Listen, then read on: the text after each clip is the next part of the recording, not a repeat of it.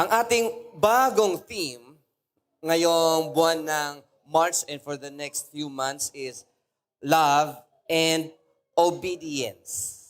Okay? Pag-ibig at pagsunod. Sabihin nyo nga, pag-ibig at pagsunod. Kung sino dito ang ka-generation ko, noon ay may tinatawag na slam book.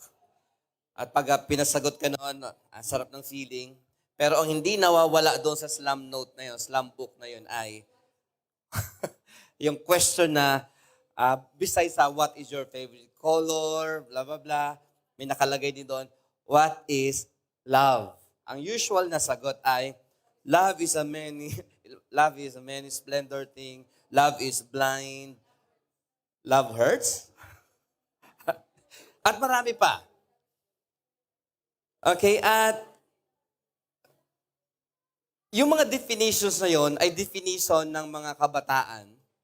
At nung naging Christian ako and I started reading the Bible, yung mga sagot pala doon sa lahat ng mga tanong na what is love ay nowhere sa Bible. Love is blind, wala akong makitang ganun sa Bible. Love is a many splendor thing. Okay, pwede nyo rin kantahin, pero wala din doon. And I've noticed na ang usapin tungkol sa pag-ibig, makinig na mabuti, ang usapin tungkol sa pag-ibig ay naabuso for many, many years.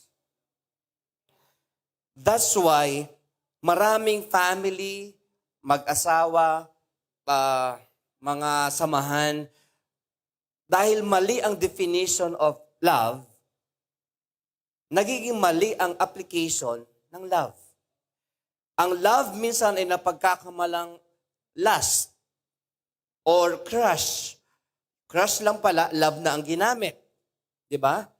At ang love na ginagamit sa Diyos, minsan ginagamit din sa pizza. I love God. Tama? I love pizza. O, di ba? Bakit yung love mo sa Diyos, love mo sa pizza, is it the same? Okay? Pag sinabi mo, I love you, yung nanay mo, I love you, mommy. At pag sinabi mo na, I love you, pizza, is it the same? Yung nanay, pwede magsabi na, oh, love you rin, anak. Yung pizza ba magsabi, okay, go, kainin na. Wala. So, this month and the next month, with the lens from the Bible, uunawain natin ano ba talaga ang ibig sabihin ng espesyal na word na ito na so many times, so many ways ay naabuso. And yung love na yan ay ikabit natin sa isang special na word sa Bible na gusto ng Diyos na maisagawa din natin, and that's obedience. At sa ating pagpapatuloy, since nandito tayo sa center at sa mga nasa online, I would highly request po na focus lang muna tayo dito. Huwag natin kausapin yung ating katabi for the meantime. At talagang, kumbaga, ma-maximize mo ang pagpunta mo rito at ang pakikinig nyo. So let's bow our heads muna and let us pray. Heavenly Father, we thank you so much, Lord. Lord, grabe ang iyong pag-ibig sa amin. And Lord, konting-konti pa lang ang minaunawaan tungkol dyan. At alam namin, Lord God, just like you, your love, Lord God, is so much, Lord, na talagang hindi lamang ito unconditional pa ng Diyos, pero it is something, Lord, na pwede naming maranasan on a daily basis. At hindi lamang physical pa ng Diyos, kundi buong pagkatao po namin pa ng Diyos, body, soul, and even our spirit, Lord, will know and can experience this love, Lord, na galing sa iyo. Lord, bless us with understanding and with the ability pa ng Diyos na maunawaan ang napaka-importanting topic na to, Panginoon. In Jesus' name we pray. Amen and amen. Palakpakan natin muli ang Panginoon. Nung in-announce po yung team na ito, may nagsabi sa akin, bakit hindi mo nilagay ng February? Okay? Sabi ko, bakit? Ano special sa February? Sabi niya, yan ang Valentine's. Di ba? So, sabi ko, what's special about Valentine's? Yan ang pag-ibig. Okay, if you Google yung history ng Valentine's, ay talagang very sensual po yan. If you are a believer of Jesus, you must not celebrate that. Kasi yung history niyan is so much. Pero, of course, sa mga mall, sa mga advertisement, kailangan yan para mabili yung mga bulaklak nila at yung mga kung ano-anong mga stationery dyan. Pero as a believer, you need to understand na ang love is not just tuwing February. Okay? Now, main idea. Love and obedience is about learning to love Jesus with the evidence of obeying the commands of Jesus. In Tagalog, ang pag-ibig plus ang pagsunod ay tungkol sa pagkatuto na mahalin si Jesus na may ebidensya. Sabihin nyo nga, ebidensya. Okay, sa mga Bisayang katulad ko, ebidensya. Okay. May evidence ng pagsunod sa mga utos ni Jesus.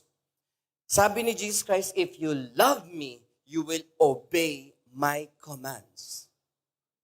At napaka-tricky ng verse na yan, na so much so, na ang mga tao ay ni-skip. Okay? Ini-skip yan na parang, okay, ito na yan. Pero if you pause and you say for a few minutes na, okay, Lord, paunawa mo nga sa akin to. Bakit mo sinabi to? Yan ang pinakamagandang word sa palagay ko when you want to interact with the Bible. Yung salitang bakit. Lord, bakit mo inutos ito? Lord, bakit mo sinabi ito? Kasi pag nasagot mo yung bakit, malalaman mo bakit mo ginagawa ang ginagawa mo. O nga naman, ano? Example, sa buhay natin, bakit ka nagtatrabaho? Pastor, para may sweldo? At para kung may sweldo, mabibili mo ang gusto mo. Okay. So, ang purpose mo ay para mabuhay. Para hindi ka maubusan ng pagkain at pangailangan mo. And then, pag may kasunod pa na word doon, bakit mo ginagawa na nagtatrabaho ka at bakit kailangan mabuhay ka? So much na pwede natin pag-aralan. Pero dito, basahin po natin muna yung verse. Sabi sa John chapter 14, verse 21, ang isang verse lang. Whoever has my commandments and keeps them, he it is who loves me. And he who loves me will be loved by my Father, and I will love him and manifest myself to him. For the next few months, pag-aaralan natin yan. At yan ang key verse natin. At yung gusto nating matutunan, starting this day, ay kung paano inilathala, pinahayag, sinalaysay ni John the Beloved ang love. Yung John na yan, okay? Si John, okay? Si John the Beloved ay isa sa mga original 12 disciples ni Jesus Christ. At 5 books out of 27 books sa New Testament, siya ang nagsulat. Yung Book of John, the Gospel according to John, yung letters of 1st, 2nd, and 3rd John, at yung pinaka-controversial na book of, Revelation. Now, yung love and obedience, did you know, ay makikita nyo from John to 1st, 2nd, 3rd John hanggang Revelation. Sa Revelation, na sabi about end times, did you know may topic doon about love? Ang isang sikat, marami doon, isang sikat doon ay yung sinabi ni Jesus na, hindi mo na ako mahal tulad ng dati. Oh. Church ang kausap niya. Ibig sabihin, yung church na to, mahal si Lord noon, at kung ano man ang definition ng Bible about love, pero ang hinanakit ng Panginoon, hindi mo na ako mahal tulad ng dati. Example. Sino may mga asawa dito? Di ba yung misis mo ay bibigyan ka ng kape sa umaga, pagkagising mo, di ba? Kahit gusto mo ng kape, aba, syempre. Di ba? Pero magtaka ka na, mga kapatid. Pag ang inihain sa'yo ng asawa mo ay alimasag, alimango, lechon. Okay? Tulungan niyo ako, mga seafoods, shrimp. Duda ako kung mahal ka pa niya. Ha? Crispy pata. Yan. Okay? At yung may sauce pa, yun ba? May lechon, minatirang lechon. Tapos, ipapaksiw mo yon. Tapos, iahain uli sa'yo. Umaga, gabi, tanghali, merienda. Lahat yung ganong klase. Magduda ka na. Hindi ka na mahal ng misis mo. Gusto ka na niya maging high blood at mamatay na. Okay, pero wala naman siguro yung gumagawa. No. Pero brethren, kidding aside, we need to know kung ano ba talaga ang definition ng Lord about love. So once again, going back kay John. Si John ang writer ng 5 books. John, 1st, 2nd, 3rd John, and Revelation. At among the disciples, siya ang pinakabata. Siguro yung ibang mga disciples nasa line of 2. Si John, mga teenager pa lang yan. Kasi lahat sa kanila ay siya ang pinakabata if you check church history. At mali yung description at mga movies about Jesus na ang mga disciples niya ay mukhang mas matanda sa kanya. Did you know? I-check nyo mga kapatid, i-research nyo, yung mga disciples ni Jesus, lahat ay mas bata sa kanya. At ang pinakabata doon is John. Pero makikita yun sa mga, no offense, sa anumang Jesus na mga palabas, mga talagang balbasarado na ang tanda ng mga disciples. Okay, thank you. And then yung mga si Jesus, para isa sa mga batang-bata sa kanila. No. Ang mga disciples. Si Jesus nung nagsimula sa ministry, 30 plus. 30 years old. Yung mga disciples niya ay mga line of 2 at si John ay teenager. At kung ganon, ibig sabihin, mga kabataan, start following Jesus even at your young age. Okay? Tuloy tayo. Si John din ang pinakamalapit kay Jesus. Si Jesus Christ ay may 120 na mga disciples at bukod pa dun yung thousands na pinakain niya. Out of 120, meron siyang inutusan na 70 na disciples na humayo at mag-share ng mabuting balita nung siya ay nabubuhay pa. Before siya mamatay at mabuhay na muli. Pero out of 70, meron pa siyang 12, Daddy. Alam niyo na yung 12 na yun. At among the 12, meron siyang 3.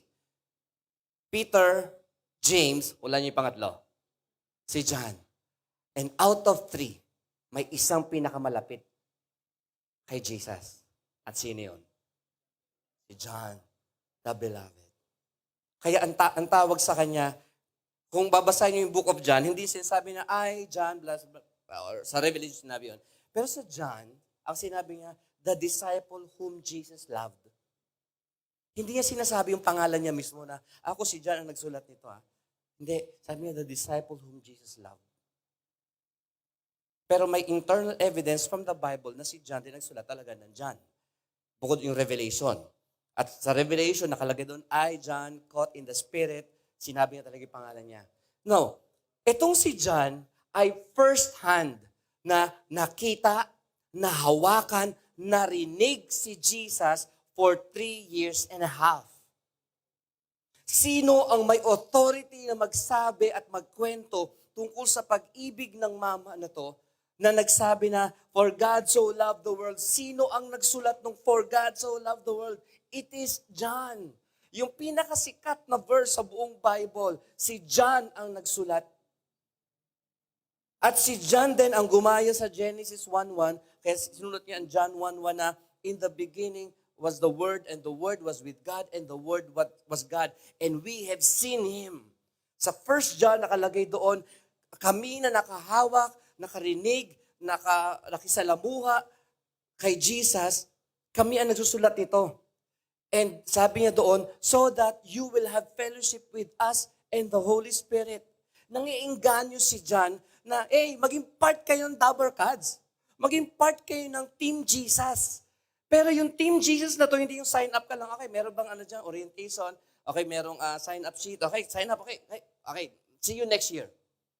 Pag nag-sign up ka to be with Team Jesus, you need to know yung topic na love and obedience. Never nagturo si Jesus ng how to be religious. Ang tinuro niya ay ito, how to love the Lord. That's why yung 632 na commands ng Bible, o 630 plus, kinumpres na sa Old Testament, naging 10. Pero kung gusto mong tingnan talaga yon, according sa mga scholars, it's 630 plus. Yung 630 plus na commands na yun na alam ni Christ, nagtanong yung mga tao, of all the commandments, hindi sinabi 10 commandments ha, of all the commandments, so it's the 600 plus. Which one is the most important? Again, sumagot si Christ. At ang topic pa rin is about love. Love God with all your heart, with all your mind, with all your soul, and with all your strength. And love your neighbor as you love yourself. Tanong, biblical ba ang kasabihan sa panahon natin ngayon na love yourself? Is there a command in the Bible na love yourself? Pakitaas yung nagsasabi ng meron, pastor. Hindi ko pa nakikita, pastor, pero alam ko meron yan. Tunog Bible eh. Okay, let's find out. Sino nagsasabi na walang utos na ganyan sa Bible? Okay, isa naglakas ng loob. Love yourself. Diba? Kaya ipamper mo ang sarili mo sa mag-manicure ka sa paa. Okay? Okay, treat mo sarili mo sa somewhere. Love yourself naman. Pero my question is there a command in the Bible na love yourself? Jen, sa palagay mo. Merong verse sa Bible na as you love yourself. Pero walang command sa Bible na love yourself. Ang command is love God and love your neighbor. Husbands, love your wife. Tama? Pero love yourself. So this topic, sa mga itsura nyo na yan, I think you are interested so much para malaman yung topic na ito. There are so many questions na gugulin natin dito para maunawaan natin ito. Okay? Can we put the questions sa titingnan natin? Overview yung ginagawa natin dito what does love for God really mean? Ano ba talaga ibig sabihin yan? That's the first question. These are 5 questions. Question number 2 ay, why is loving Jesus connected to obeying Jesus? That's on the following month. Pag-uusapan. Next. Pag-uusapan din natin yung, why should we seek to experience love of God in our lives? Naranasan ba yan o pinag-uusapan lang? Wow, it's an experience. Next. Pang-4, what can love and obedience do to our families? Medyo family-oriented tayo sa buwan na yan. And the last question ay, why leadership? Pag sinabi ko leadership, that's everywhere na may leadership. From family to government to church hanggang sa PTA. Why leadership must embrace the biblical path to love and obedience. Series description, mga kapatid. Love and obedience is about learning to love Jesus with the evidence of obeying the commands of Jesus. Love and obedience are 2 inseparable truths. Love extends beyond mere words. If a person says he loves God, then that same person will obey God. Our obedience to the commands of Jesus is a strong evidence that we love God. For today, in faith, why do we need both love and obedience? O nga naman kailangan mo ba yan? O pang church lang na usapin yan? Pwede bang dalhin yan sa bahay, sa company, sa school, sa relationship namin mag-asawa, sa family, and saan pa? Yes. Ang sagot is yes. Pero pag-usapan muna natin, ano ang konsepto na ito sa pananaw ng Diyos? Okay? Huwag kayong maniwala agad-agad sa mga nagsasabi na tunog Bible lang.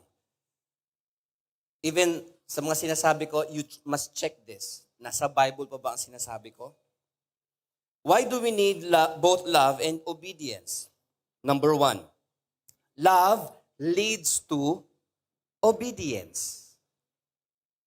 If you love me, you will obey me. Baliktarin natin, play of words. If you don't obey me, you don't love me. If you obey some, you love me some. Yung level of obedience mo ay pagpapakita mo kung gaano ang level ng obedience mo sa Panginoon. That's why in the story about Jesus being reinstated into, si Peter into the disciple uli, diba 3 times na nag-deny si Peter? No, I don't know that person. Di ko kilala yan. Sumpain man ako, di ko kilala yan. The night nung binubugbog pala si Jesus. Nung nabuhay na muli si Jesus at nabalitaan ni Peter na nabuhay siya pero hindi niya pa nakita, nagbalik si Peter sa pangingisda. Desperate siya, worried siya. So ito na siguro uli, wala na ako ibang gagawin, wala na si Lord. Pero nabalitaan niyang nabuhay na muli eh. Pero siya na lang ang isa sa mga hindi pa nakakita. That's why nung namamangka sila, at itong si Jesus ay nasa dalampasigan, may nahuli na ba kayo? Yo. Sumugot yung mga disciples, wala pa, kanina pa kami rito, kagabi pa, wala pa kami nahuli. Sumigaw si Jesus, ilaglag niyo yung lambat niyo sa kanang side. Sige, payag kami. Okay, wag niyo hanapin yung eksakto sinabi ko sa verse, parang gano'n lang ano. And then nung naglaglag sila ng lambat on that side, yung nahuli nila ay so much na wala sa oras, kumbaga yung mga isda tulog na by that time. Pero sila nagwawala yung mga isdang nakuha nila, lumubog na yung bangka. And si John, si John ang nagsabi bigla, it is the Lord. Si John, nag-aantay na dadaong yung bangka doon sa dalampasigan. Si Peter, hindi nakapag-antay. Tumalon. And then lumangoy. And then, pagdating nila doon sa dalampasigan, sabi ni Jesus, labas niyo yung mga tilapia dyan at mag-ihaw kayo. I was thinking, in my imagination, kaya ni Peter, ito yung mama na 3 times kong dininay pero buhay na buhay siya. Tingnan mo, may ilong siya, may bibig. Si Jesus to And then, love and obedience tayo Binalik ni Jesus ngayon. Peter, ano yung question? Do you love me? Sumagot si Peter, you know, Lord, I love you. Feed my sheep. 3 times yon. Pero in the Greek, katulad ng lagi ko sinasabi for the past how many years, if you see the Greek words na ginamit doon, yung pamantayan ni Jesus is the highest form of love. Si Peter, kilala niya ng sarili niya, Lord, alam ko na, kilala ko na sarili ko, hindi kita ganun kamahal, kaya hindi ko kayang tapatan yung agape love mo. Dito lang ako, Lord, hanggang phileo lang ako. Second question ni Jesus, agape pa rin siya. Do you agape love me? Sagot ni Peter, I phileo love you. The third question ni Jesus Christ, ibinaba niya na yung level. Peter, do you phileo love me? Sumugot si Peter, I phileo love you. Nasukat na ni Peter kung hanggang saan ang pag-ibig niya sa Diyos sa pamamagitan, listen here, ng pagsunod niya sa Diyos. Amen. Whoever has my commandments and keeps them, he it is who loves me. The divine proposition is this. Genuine love for Christ is inseparable from obedience to His commandments. Jesus links love to the active keeping of His commandments. Now, ito yung short phrase na nabuo ko. Love and obedience are inseparable truths. Yung love, kadugtong niyan obey. If you obey, kadugtong din yan is love. Love extends beyond mere words. It insists on and demands the evidence of love. Sa konsepto ng Panginoon, ha? Sa family, ganun din. Diba? Kung mahal mo ang pamilya mo, uunahin mo ang family mo. Diba?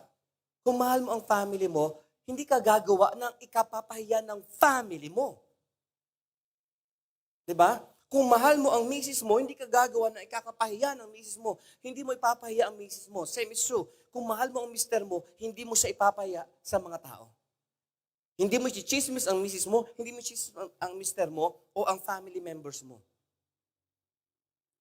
And those things are connected kung unawa natin yung love na tinuturo sa Bible. Christian love operates in the sphere of deliberate action rather than involuntary emotion. Okay? Nakalimutan ko sino nagsulat nito pero kinapi ko lang. Ito, ang Christian love, hindi yung love na lalagay sa slam notes. Mga kapatid, ito ay deliberate. Sadya ito. Walang pag-ibig na biglang nag-blossom lang, I think, love na kita. Hindi, crush lang pala. And then, biglang ginawa mo na lang yung ginawa mo. Hindi. Hindi ganun yun. Okay? Hindi normal sa atin na mag-serve. Maniwala kayo. Kahit na ipilit nyo sa sarili nyo yan, normal sa akin mag-serve. Hindi. Pinaghandaan mo yan. Naisip mo yan. Hindi yan automatic. Even yung mga bad words na sinasabi natin, hindi mo yan na bigla na lang lumitaw na parang out of nowhere, bigla ka nag-bad words na lang. Hindi. It's either narinig mo yan o nabasa mo yan. Wala kang ginawa na automatic na galing lang sa'yo. Meron kang urge or sinful nature na mas madali ang magkasala. Pero wala ka pang idea. Pero nakakuha ka ng idea somewhere, yung desire mo na magkasala, plus yung na-experience mo o narinig mo, pinagsama mo yung dalawa na yun, ang result is disobedience sa Panginoon. Ang pag-ibig sa Diyos at ang pagsunod sa Diyos ay hindi yan normal sa iyo. Ang normal sa iyo, ang normal sa akin, sumuway sa Diyos. Tingnan mo ang katabi mo. Kamusta na? Tanungin mo siya, kamusta ng pagsuway mo sa Diyos? Pagsunod mo sa Diyos?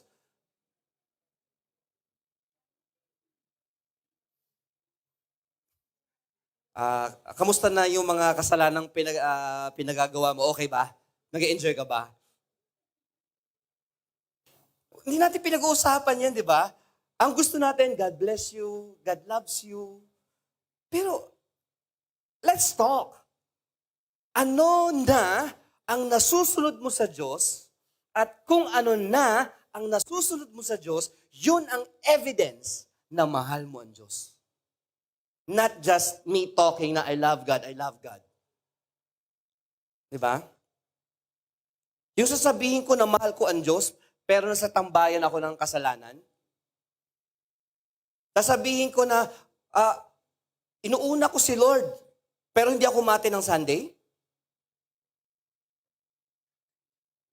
Ay, may butiki po. Sabi may butiki. Ano ba yan?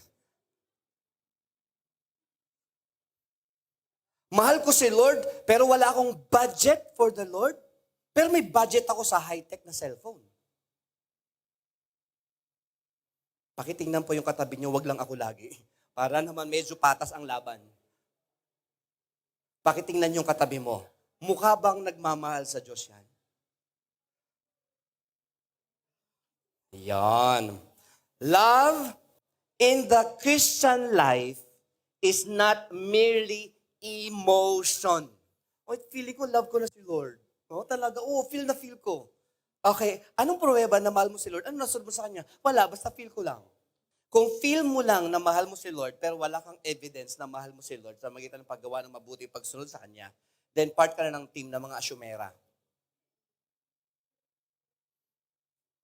Diba? Love in the Christian life is not merely an emotion, but is expressed through actions. Pero nagagamit ito ng mali din. Minsan yung mga boyfriends na demanding sa kanilang girlfriend, kung mahal mo ako, patunayan mo. At alam natin na mali yung sinasabi niya na yun. Hindi biblical ang tinutukoy doon. Di ba? I-check natin for the next few months ang pagmamahal sa atin ng Diyos sa magitan ng 4 na letter T sa buhay natin. Your time, your talent, your treasures. At may pang-4, your toys. Pag toys, gadget, or any property na meron ka. Nagagamit ba lahat yon para kay Lord? Ilang porsyento are those T's nakadedicate kay Lord? Is it for the Lord's glory yung time mo, yung treasure mo, yung talents mo, at yung gadget mo? Lahat ba ng mga gadgets natin ay dedicated for the Lord o dedicated somewhere else? Or to someone else? Those are the parameters na pwede ting gamitin kung talagang mahal natin ang Diyos. Iba sa inyo, parang nalulungkot na. Tuloy pa ba natin to? Number 2. 2 lang po ito. Obedience invites revelation. Okay? Isa sa mga love, ano tawag doon? Love language ay yung pag-spend mo ng time or yung isa pa ay sa magitan ng affection.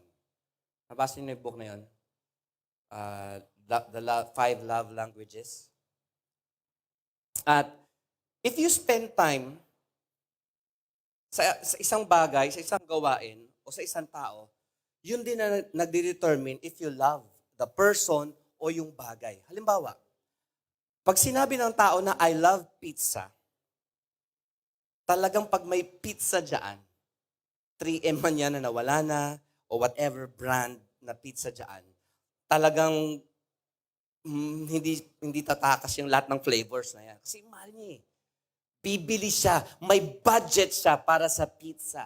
Okay? Kung di siya ililibre, bibili siya ng sarili niya. Maski isang slice lang dyan, bibili ako because I love pizza. May budget ako, may time ako, may panlasa ako. Amen ba? Nakikinig po ba tayo? Pakitaas ang kamay. No, pakitaas ang kamay ng mga nakikinig. Okay, iba sa inyo, matalino na. Nandiyan ba kayo? Pause muna tayo ng konti. Baka too much information na pinamimigay ko. Nag-sink in ba sa puso nyo ngayon yung pinagsasabi ko? Nagaling sa Bible. Talaga ba? Anong evidence mo? Masyado kang demanding ngayon, Pastor. Puro evidence. Nasa court of law ba tayo? Brethren, love is nothing kung wala kang evidence. Hindi mo pwedeng sabihin na mahal mo ang girlfriend mo, pero nakikipag-flirt ka sa 3 babae pa.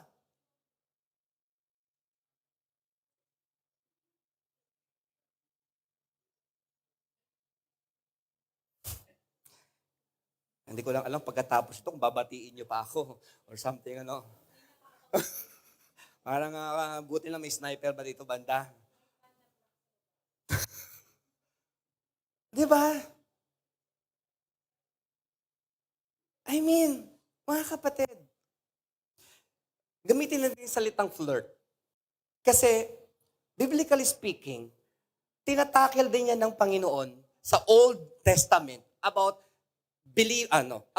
Israelites flirting with other gods. Kala ko ba ako lang ang Diyos niyo? Ba't may Baal dyan? Bakit may Asherah poles? Ako lang. Ibig sabihin yung affection and worship na dinidemand ng Panginoon sa atin because of His grace and love and provision at lahat-lahat, ang gusto ng Panginoon, Kanya lang ang pag-ibig natin. No flirting. Pastor, ano ba ang flirting? Okay? Ano ba ang flirting? Ang flirting is anything na nagpapapansin ka sa isang girl. Okay? Since wala tayong time para explain ko pa yan, i-search nyo lang yon. Why a believer should not flirt. Search nyo yan, mga kapatid, may lalabas yan. So, obedience precedes fuller revelation. Ito, tingnan niyo yung verse. Ibalik natin dun sa verse, mga kapatid. Yung second half ng John 14:21. Tingnan niyo. Sabi doon sa verse, whoever has my commandments and keeps them, he is the one who loves me. Yung second line ay ito. And he who loves me, sabi ni Jesus, will be loved by my Father. I will love him and will manifest myself to him. Dali. Sabi mo, Lord, John 3:16, God so loved the world. Pero bakit meron ito, I will love him? God is talking about this different kind of love. Yung love na experiential about God. The more na ikaw ay nagiging malapit sa Diyos, mas nararanasan mo ang Diyos. Amen ba? Papaano ko i-example ito? Kapag ikaw ay mahilig sa computer, just like me, you spend time with it. Inaaral mo yung hardware, yung software. Third year, high school ako na-introduce noon. Yung MS-DOS, 6.2. At meron kaming elective na computer. Nung time na yon, walang computer shop. Ang may computer nung time na mga sobrang yayaman. Ang isang computer ay mga 1,000 US dollars hanggang 10,000. Okay, tinayin to. Ngayon, $1,000 lang o 50,000, may magandang computer ka na. Did you know, late 80s, para magkaroon ka ng magandang computer, kailangan mo ng at least $10,000. Nung panahon na yun, i-convert mo ang 10,000 sa panahon ngayon. 50. Kailangan mo ng at least kalahating milyon. 80s. Ngayon, 20,000, pwede ka na magkaroon. Sa sobrang nainganyo ako nito, nag-uwi yung tatay ko po ng isang device na parang computer na maliit, na may LCD screen siya. And then may kasama siyang libro na pwede kang gumawa ng mga ASCII commands at itatype mo doon. At pag nirun mo siya, is either na may ball ang mag-bounce-bounce sa screen o kaya may complex na art na gaganon-ganon na siya, pero kukopihin mo lahat ng commands. Sabi ko, itong gusto kong gawin ko. Sa sobrang dedicated ko doon, mga kapatid, dumating ang punto na nagpapagawa ang mga teachers, yung computer teacher namin noon ng flowchart kung paano isosolusyonan ang isang problem using yung computer. Okay, sana maunawaan niyo ako dito at try ko lang mas pababawin po ito. At sa sobrang dedicated ko doon, kahit na umuwi na ako sa bahay, may time na, mahilig ako sa basketball, pero may time na hindi mo na ako mag-basketball. Kailangan ko tingnan ito eh. Paano yung sinabi ng teacher? Tapos tingnan ko yung books ng tatay ko, tingnan ko yung maliit na device na yon. At talagang nanay ko sabi, ano ko ba dyan? 3 oras ka rin. Sabi ko, nay, saglit lang. Bibigyan ko nanay ako ng merienda para hindi daw tumatayo talaga. Nung nauso ng mga computer shops, wala kaming computer pa ng panahon na yun. Pupunta ako doon at isi-save ko ang baon ko. At aarkila ako doon, may kapatiran na may computer noon na para mag-run sa sobrang low-tech noon, kailangan mo ng 3.5 na floppy disk na ang capacity lamang is 1.44 MB, not gig, Ilalagay mo yun, iraran mo, and then WordStar, Lotus, something na gano'n. May notes ako, may lagayin ako ng disk, at yung iba, dumarating, umaalis, ako nandun pa rin. Ubus ang pera ko. I spend time, talent, and treasure. At even ang toys ko naka-dedicate doon. At habang inaaral ko ito nag-recall sa akin. Sabi ni Lord sa akin, sa impression niya, kung paano mo ni-research noon yung gamit na yon, time, talent, treasure, at even ang toys mo. Okay? Mayroon akong best friend na ni-reveal niya sa akin few years ago lang, alam mo, ba't ako nag-IT? Sabi ko, bakit? Sabi niya, kasi dahil sa'yo. Ganun. Sabi niya, pero mas mahusay na ako sa'yo ngayon. Talaga, pero it's an honor na malaman nag-IT ka dahil sa akin. Kasi pag kinikwentuhan ko siya, hindi niya maintindihan. Itong sinabi ng book ng tatay ko yung sinasabi ng professor, teacher natin, kulang may ganito eh. Sabi, ewan ko, basta pumasa sa subject na, okay na yan. Pero I was so dedicated mga kapatid, na even kahit na nag-aaral na ako ng marine transportation, meron pa rin akong budget tungkol dyan. Yung tatay ko, pag nag-umuwi ng bahay, sinasabi, tay, bili ka ng computer.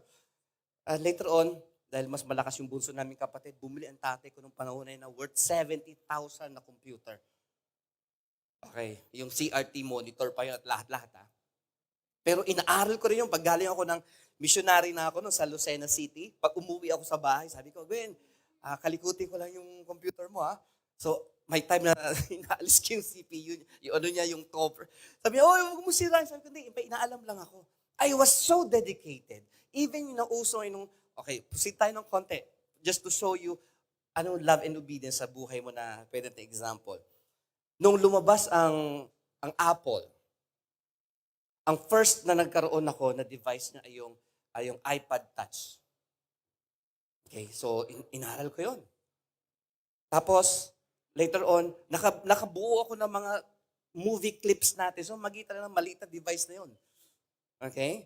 And then, nagkaroon ako ng, nagustong, sabi ko, iba tong Apple. Pero on the side, Windows din ang inano ko. Nagtuturo ako, mga kapatid, ng mga program about Windows. Okay? PowerPoint, o kung anong gumawa nito, at sila Ken, ang mga unang naging estudyante ko noon, diyan sa Monte de Piedad. Pero na-introduce sa akin, this is something.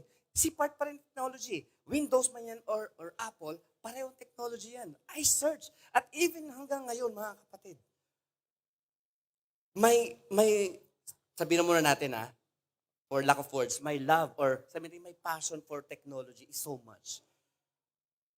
Na time, talent, and even treasure ay dedicated. Mga bagay-bagay niyon.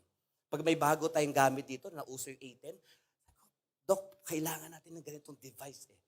Dok, para later on, pagka itong Zoom, later on kakailanganin natin ito eh. That was before na magkaroon ng pandemic. Ito, Dok, ang ginagamit ng Zoom, itong gamit niya, kahit na malayo ka, connect kayo, and then meron kang video conference, ganun ba, Pastor? The following year, nagkaroon ng pandemic, nag-purchase ang UVCC ng Zoom. Pero that was more than half a year, probably, nung sinabi ko. And I asked myself, mga kapatid, nga no, if I spend time, talent, and treasure, at even my toys, gadgets, because of my passion for technology, God was telling me, start from there, pero higitan mo pa. Ginagamit ko ang technology, ginagamit ko ang lahat na nalalaman ko rito para magamit sa church. Sa prayer meeting natin, prayer worship natin, hindi na tayo nagla-live sa Facebook. Kasi hindi mo alam kung sino nandoon. Ginagamit natin ay yung Google Meet. At pinagpipray natin yung mga taga Mindanao during ng mga times na yan. At even yung mga hindi naka-attend, pwede mag-join doon. At nakakapag-usap. At para mabuo iyon, kaladadi, pinagpananuhan namin yung sa Marvex. Para magawa nito, Daddy, kailangan natin ng ilaw dito, gano'n. At ito yung gamit. Okay? Nakapag-purchase ng mga small time na mga mixer. Tapos yung audio interface ko na ginagamit ko sa bahay para gumana yung connection, yung online. Okay? Dinadala ko yon. Nagdadala ako ng mga cables ng LAN cables. Kaya nag-uusap kami ni Lugin. Talaga pumupunta ako doon, Lugin, ano natin to? I-dry run natin. Okay? Si Annalyn, time siya ang worship leader, talagang sagwa ng sound. Nung medyo naayos-ayos yung sound, hindi na siya nag-worship leader. Then lang siya mawala para maayos talaga yun actually. Okay? Pero all of those things, mga kapatid, is because I love technology. I crave technology. Pero it doesn't stop there. Na pagkatapos sa technology, yun na yun. I use technology for me to obey God. Andiyan ba kayo? Hindi nagtatapos sa technology.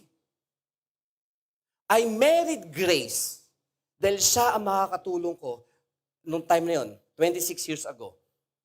Ito ba babae ito ang makakatulong sa akin para magawa ko ang ministry ko? That was my question. Okay? Of course, sagot ni Lord, siyempre, siya ng girlfriend ko nung time na, siyempre, huwag ka na maghanap ng iba yan, ha? And because of our love for the Lord, here we are, sa level na kung saan, nandito kami ngayon. I chose all my hobbies, my activities, my passion, para lahat ng yon ay papunta sa love and obedience sa Panginoon. Nakita ko na pag ako ay magiging full-time na seaman, it will not add up. Okay, di ko sinasabing huwag kayo magtapos ng college o huwag magtrabaho. That's for me. I need to give up that profession para mapunta sa vocation ng missionary at pagpapastor. At alam ni Nana Del kung anong gulo na nadala nun sa family namin because of my decision. Pero, I am doing this because yun ang pinagagawa sa akin ng Panginoon. And many times kung dinebate si Lord, if really itong pinagagawa mo sa akin, kailangan mong ilinaw yan. Kasi ayokong gawin ang hindi ko naintindihan. Okay? At ang sabi ko sa kanya, ilinaw mo yan. Sa mga dumating sa akin na messages noon ay yung sa Samuel at marami pang iba. Many times sinabi ko kay Lord na, Lord, mag-apprentice lang ako and then siguro, okay, maabot ko lang kahit na third mate lang. Hindi, sabi ko chief mate. Si tatay ko chief mate. Pero, ang impression sa akin ng Panginoon is different. Pagkatapos ng yung 4 years na schooling ko, and for your information, ako hindi nakapagtapos ng college, hanggang third year lang ako. Pero ang BSMT or BS in Marine Transportation ay 2 level. 3 years na academic, 1 year na apprentice. Natapos ko yung academics, yung apprentice, hindi. So, officially, hindi ako graduate dyan. Kaya, nung nag-graduate ako sa ATS, dinilanapan ako ng TOR. TOR? Ano ba yung TOR? Ay, wala pala ako TOR. Tapos sabi sa akin ng registration, sabi sa ng registrar, I thought, psychology student ka. Sabi ko, hindi po. Hindi ako. Okay? And for many years, mga kapatid, sabi ko, sana pala nag-psychology na lang ako noon, para mas nagamit ko ngayon. Pero whatever man yung nangyari, pero mga kapatid, lahat ng aspeto ng buhay ko, nilay down ko lahat, na lahat ay papunta sa love and obedience sa Panginoon. Some may call me foolish. Many people called me foolish, lalo nung hindi ko pinatulan ang States noong 2015. Na pwede ako magpunta doon, may church na kukuha sa akin doon, mag-resign ako sa UVCC. Maraming nagsabi sa akin, NGA ka. Maybe to many people, I am fool. Pero between me and the Lord, I made the wisest decision para sa akin because of the Lord. Madali? Hindi. Mahirap? Sobra. Pero I've seen na if I will live ng 60 years old, okay, that's 10 years from now. Tumaas na. 55 or 70 or 80. Lahat ng yon, kung ano ang allotted na will ni Lord for me, I may become foolish sa marami. Pero I would rather na be foolish sa paningin ninyo kaysa foolish ako sa paningin ng Diyos. Okay? It was so much sacrifice. Pero hindi naman lahat tayo tinawag na magpastor katulad ko. Pero there's something in you na kailangan mong isettle ngayon. If you really love God, ask yourself, what is the evidence na ako ay nagmamahal sa Diyos? Is my family, my kids, my wife, my husband, naka-align lahat sa Diyos? O I'm planning and then segue lang si Lord, Lord, plano ko to, bless me. Lord, plano ko to, bless me. Or Lord, what do you want me to do para magkasama tayong gawin yung gusto mong gawin ko? May you be a business person or an artist or medical person o technology person, whichever ka man doon, mga kapatid. You are giving the evidence kung talagang mahal mo ang Diyos, kung ano na ang sitwasyon or level ng pagsunod mo sa Diyos. So kung magkakaroon tayo ng 1 to 10 na rating, 1 to 10, highest is 10. I don't love God, 0. I love God, 10. At on the side ay yung scale na level ng pagsunod. Tingnan mo ngayon sarili mo. Sa level ng pagsunod mo sa Diyos, Kung ang sagot mo is 5, ang pagsunod ko sa Diyos, then you love God 5.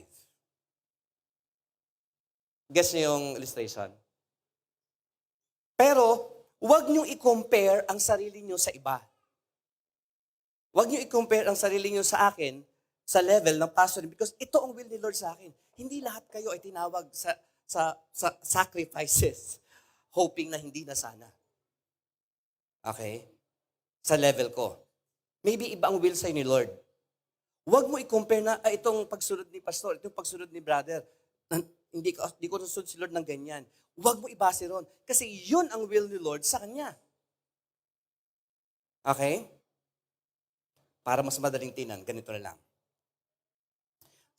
Since tatlong T, time, talent, and treasure.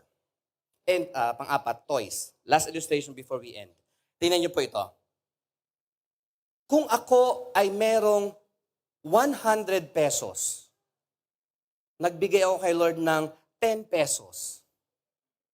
That's the minimum. Ako, ang requirement ni Lord ay minimum of 10% of your income ay ibigay mo kay Lord. Nagbibigay siya ng 10 pesos. Then ang income niya is 100.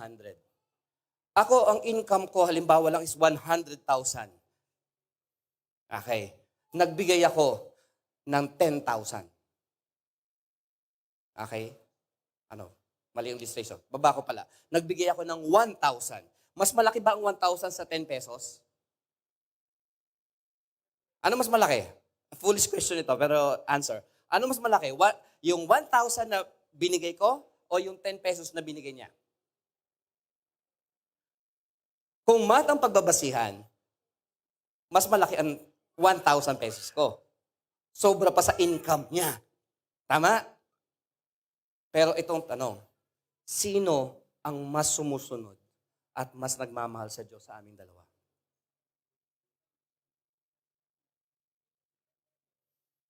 Pastor, 1,000 binigay ko, 10 pesos lang sa kanya, pambihira naman yan. Siguradong mas mahal ko si Lord.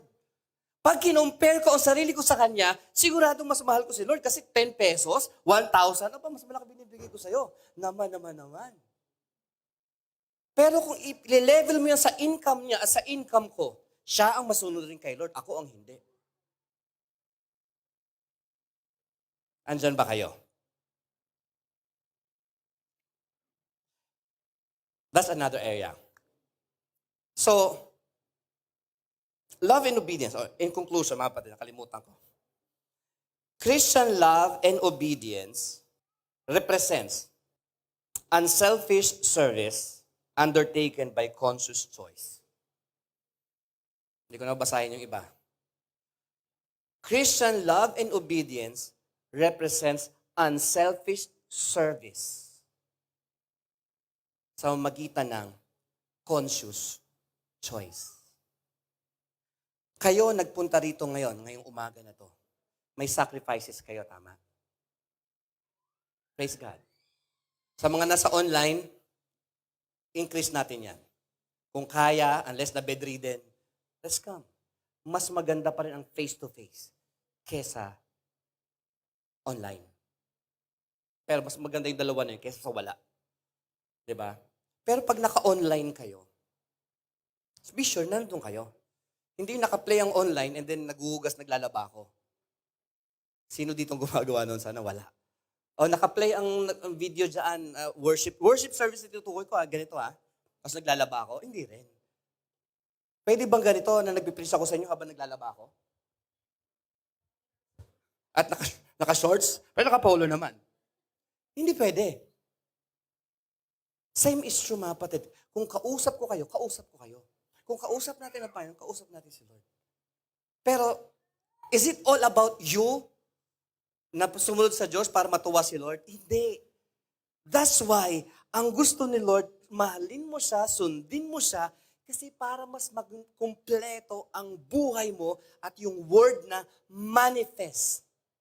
Sikat yan. Give me just 1 minute para explain ko lang yan. Sikat ngayon yung word na manifest. I-manifest mo yan, i-manifest mo yan. And I have no problem with that. Pero dali natin yung word na yan sa Bible. Ginamit ni Lord ang word na manifest. Not about blessing, but about God's presence. So, baguhin natin. I-manifest natin yung presence of God through our lives. Tayo ay pupunta sa ating communion, mga kapatid.